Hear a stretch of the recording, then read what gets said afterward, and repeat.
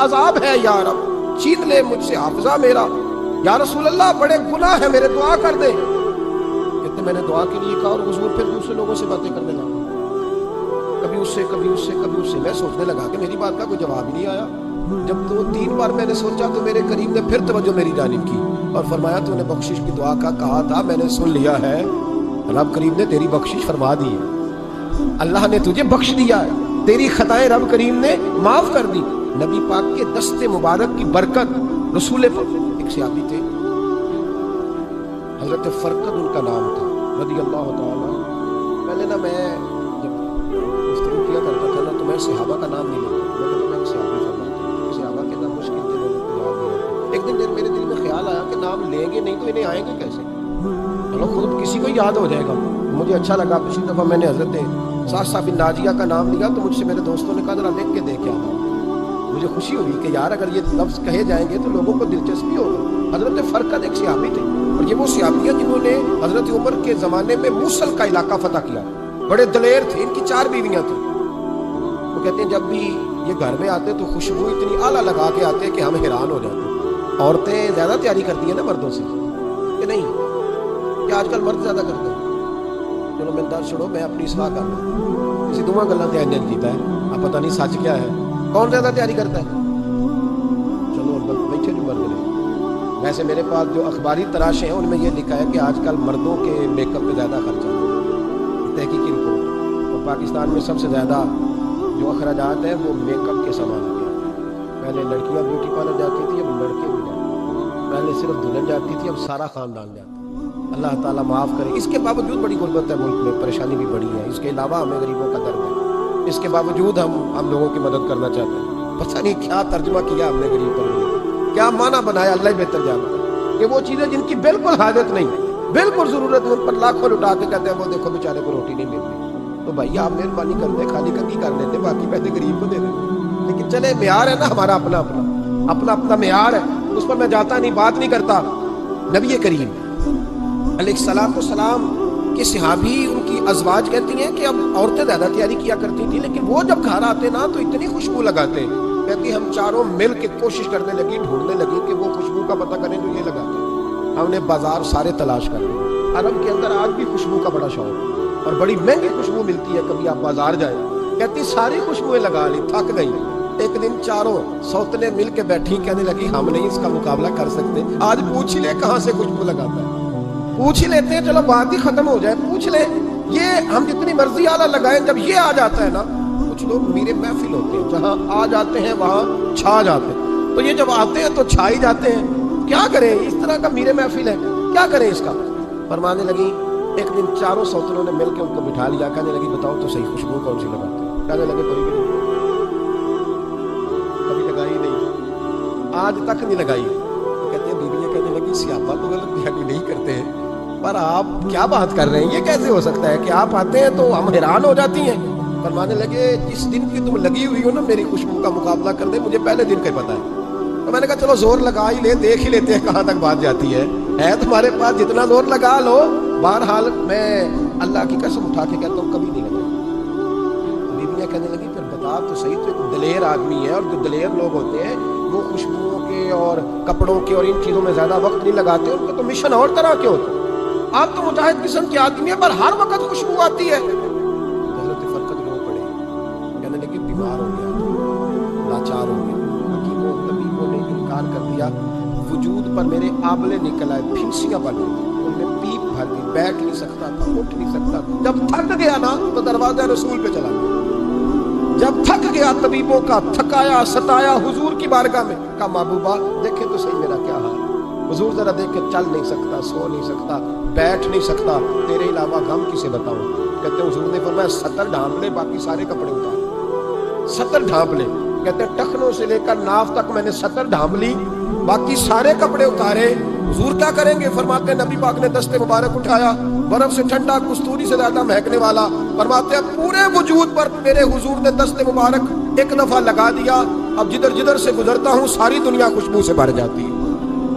یہ نبی پاک کا دیا ہوا نور ہے، یہ حضور کی عطا کردہ شفا ہے، یہ رسول پاک کے حسن کی خیرات ہے۔ ایک شاعر نے ایک فکرہ کا کمال کر دی، کہنے لگا ظلمت کو ان کے نور نے کافور کر دیا، جس پر پڑی نظر اسے بھی نور کر دیا۔ رسول پاک علیہ السلام کے دست خیر میں وہ برکات تھی۔ حسن کی دو قسمیں ہوتی ہیں، ایک حسن ہوتا ہے ملمہ سازی والا، بیوٹی پارلر والا، ایک حسن ہوتا ہے باطن۔ بچے پتہ کیوں خوبصورت ہوتے ہیں؟ اس پر علماء مناطق نے بحث کی ہے، محدثین نے لکھا ہے۔ بچہ گدھے کا بھی ہو تو پیارا لگتا ہے، چھوٹا بچہ اگر اس کا رنگ بہت گورا نہ بھی ہونا، صرف چھوٹا ہو وہ پیارا لگتا ہے، اس میں ایک جاذبیت ہوتی ہے۔ اس پر ہمارے مفسرین نے، محدثین نے، علماء مناطق نے ایک بحث کی۔ وہ کہتے ہیں اصل بات یہ ہے کہ بچے جھوٹ نہیں بولتے، بددیانتی نہیں کرتے، دھوکہ نہیں کرتے۔ یہ جو اندر کی عیاریاں ہوتی ہیں نا، چہرہ بھی خطرناک کر دیتے ہیں۔ اور جب اندر حسن ہوتا ہے تو باہر بھی حسن ہی ہوتا ہے۔ بچے میں کوئی مکاری عیاری نہیں ہوتی، فساد نہیں ہوتا، نیت میں فطور نہیں ہوتا، کسی کو لوٹنے کا ارادہ نہیں، کسی کو شیشے میں اتارنے کا پروگرام نہیں بناتا۔ بچہ چرب زبان نہیں ہوتا، اس کو طریقہ نہیں ہوتا، وہ لوگوں کو قائل کرنے کے ہر وقت دوڑتا نہیں، الٹی سیدھی گیمیں نہیں چلاتا۔ ان کے اندر حسن ہوتا ہے تو وہ حسن اس کے چہرے پر معصومیت بن گیا۔ سمجھ آ رہی ہے میری بات کی؟ اس کی دلیل میرے رسول پاک علیہ السلام نے بخاری میں فرمایا اللہ کا ولی وہ ہے جس کا چہرہ دیکھو تو اللہ یاد آ گئے۔ اب یہاں یہ نہیں فرمایا گورا چٹا ہو، خوبصورت ہو، بس اس کے چہرے میں معصومیت ہوتی ہے، وہ سچا ہوتا ہے، وہ کھرا ہوتا ہے، اس کا حسن چہرے پہ آتا ہے۔ میرے رسول کریم علیہ السلام کا جو حسن تھا نا، وہ اندر کی صداقت کی روشنی تھی، وہ اندر کے کیف کا نور تھا جو حضور کے چہرے پر عیاں ہوتا تھا۔ اس لیے نبی پاک کا چہرہ جو تھا وہ آنکھیں چدھیاتا نہیں تھا، بلکہ آنکھوں کو اچھا لگتا تھا۔ شاہ عبد الرحیم صاحب محدث دہلوی شاہ ولی اللہ صاحب کے والد ہیں، اور ہمارے بڑے سید پاک کو ان میں جتنے بھی مسالک ہیں یہ سارے شاہ ولی اللہ صاحب کے شاگرد بنتے ہیں۔ وہ کہتے ہیں میرے ابا جی نے خواب دیکھا اور خواب میں انہیں رسول اللہ کا دیدار نصیب ہوا۔ نبی کریم علیہ السلام کی بارگاہ میں شاہ ولی اللہ صاحب کے ابا جی کہنے لگے حضور ایک بات بڑی اڑ گئی ہے میرے دل میں، بڑی، تو کتابوں سے جواب نہیں ملا، آج رب کریم نے موقع دیا ہے اس سوال کا جواب۔ تو عبد الرحیم پوچھو کہ یا رسول اللہ حضرت یوسف کا حسن دیکھ کے لوگوں نے انگلیاں کاٹ لی، پر آپ کو تکنے والے تکتے ہی رہے، کوئی بھی ہوش نہیں ہوا، کسی نے انگلی نہیں کاٹی۔ تو کہتے محبوب نے فرمایا عبد الرحیم رب کریم نے اپنی غیرت کے ساتھ میرے حسن پر 70,000 پردے ڈالے، یہی بہتر ہے کہ پردوں میں وہ پردہ پوش رہے، وہ اگر پردے اٹھا دے تو کسے ہوش رہے۔ فرمایا 70,000 پردوں میں چھپا ہوا حسن ہے، ورنہ کسی کی طاقت تھی کوئی بات کر سکتا، جرت تھی کسی شخص کی؟ میرے حبیب پاک سید عالم حضرت عبداللہ ابن سلام رضی اللہ تعالیٰ عنہ اہل یہود کے بڑے عالم تھے۔ فرماتے میں تورات، زبور، انجیل کا جاننے والا تھا۔ جس دن حضور مدینہ طیبہ ایک اسوا نامی اونٹنی پر بیٹھے تھے، میں حضور سے مناظرہ کرنے، بحث کرنے آیا، میرے ساتھ میرے شاگرد تھے، ارادہ تھا بحث کروں گا، نبی پاک کو بڑے معاذ اللہ کڑوے کڑوے سوال کروں گا۔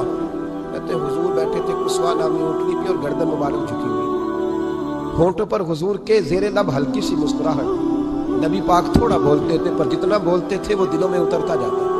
فرماتے میں جب گیا نا، میرے شاگرد ساتھ تھے، مناظرہ کرنے گیا، مناظرہ، شاگرد ساتھ تھے۔ فرماتے میں بڑے سوالات تیار کر کے گیا، پر حضور گھوڑے پہ بیٹھے تھے، دو باتیں میں نے سنی۔ حضور نے فرمایا رشتہ داروں سے اچھا سلوک کرو، اپنے غلاموں کا خیال کرو۔ کہتے ہیں وہ شاگرد مجھے دھکے دینے لگے، کہنے لگے چلو استاد جی آگے ہو، کرو سوال، چلو نا آگے بڑھو نا آگے۔ یہ کئی دفعہ نعرے لگانے والے بھی مروا دیتے ہیں نا، چلو نا چلو آگے چلو، بڑھو آگے، کرو بات، آؤ نا۔ کہتے میں ذرا آگے بڑھا، دھکا دیا انہوں نے۔ فرماتے میں آگے بڑھا اور میں نے کریم محبوب کے کریم جا کے کہا حضور مجھے کلمہ پڑھا دے، میں مسلمان ہونے لگا۔ یعنی عام آدمی تو قائل ہو جاتا ہے، عالم اور تورات زبور انجیل کا جاننے والا، حضور کلمہ پڑھائیں۔ کہتے میں واپس آیا نا کلمہ پڑھ کے، تو شاگرد کہنے لگے استاد جی آپ تو مناظرہ کرنے آئے تھے، یہ کیا ہوا؟ تو یہ لفظ ہے حضرت عبداللہ ابن سلام کے۔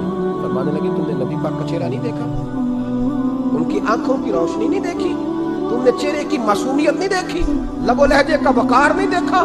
کتنے دنوں کے تھکے ماندے آج وہ مدینے پہنچے، اور ان کے لب و لہجے میں کوئی اکتاہٹ، کوئی تھکاوٹ، کوئی لفظوں میں جھول تم نے دیکھا ہے؟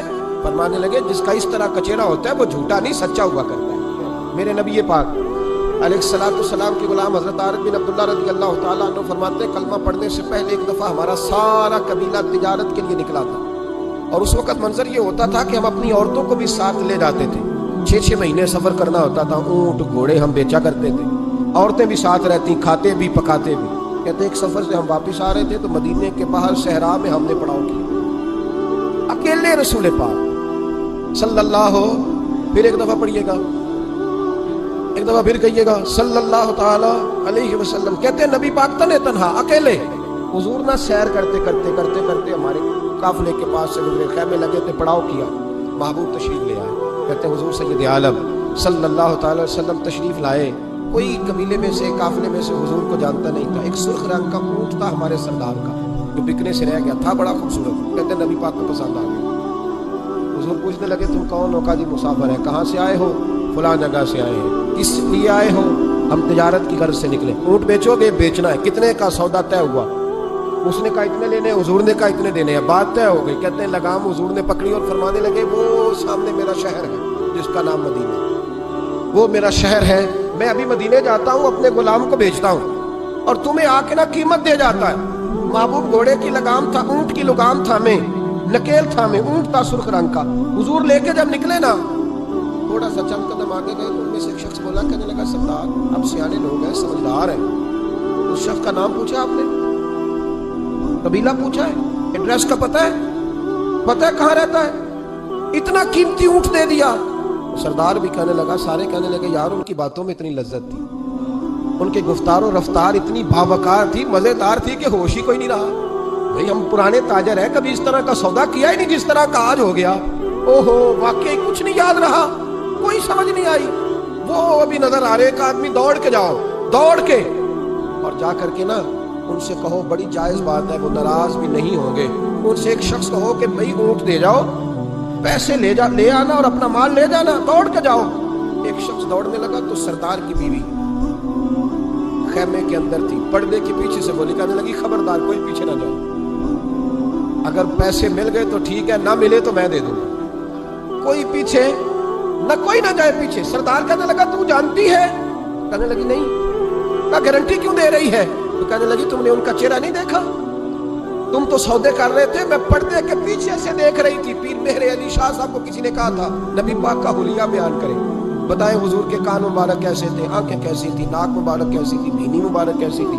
تو پیر مہر علی شاہ صاحب کہنے لگے کوئی مثل نہیں ڈھولن بھی. کہنے لگے مجھ سے نہیں بیان ہوتا حضور کا حلیہ, کوئی مثل نہیں ڈھولن بھی. تو چپ کر مہر علی, ایتھے جا نہیں ہوں بولن میں, بس کر, تو بیان کر سکتا ہے اتنی طاقت. اعلیٰ حضرت نے کہا لم یاتی نذیر کفی ناظر مثلے تو نشد, پیدا جانا. حضور مثال تو تب آپ کی بنے گی نا, کوئی آپ کی طرح کا پیدا تو ہوگا, تبھی مثال بنے گی. تو جب ہوا ہی نہیں تو مثال کیسے بنے گی؟ کہنے لگی کوئی نہ جائے, نہ پیسے آئے تو میں دے دوں گی. میں تو پردے کے پیچھے سے دیکھ رہی تھی, ان کے چہرے کا وقار دیکھا, ان کی آنکھوں کی روشنی دیکھی, ان کے لفظوں کا حسن دیکھا. تم 50 باتیں کرتے تھے, وہ ایک جواب دیتے اور گنے چنے لفظ بولتے تھے. ان کی سادگی کا وقار دیکھا. جانے دو, نہ پیسے آئے تو میں دوں گی. کہتے حضور گئے, تھوڑی دیر کے بعد ایک کالے رنگ کا حبشی غلام آیا, پیسے بھی پکڑے اور اپنی چادر میں نا کھجورے باندھ کے تو پیچھے ڈالی ہوئی. دیہاتی لوگ پیچھے نہیں ڈال لیتے, کھجورے ڈال کے پیچھے. کہتے ہیں وہ آئے اور ان کے آنے کا انداز بھی بڑا نرالا تھا. کہتے ہیں وہ جھومتے جھومتے اللہ کا ذکر کرتے, اللہ الصمد کرتے پہنچ گئے اور آگے کہنے لگے تم سے میرے نبی نے اونٹ خریدا ہے؟ تم سے؟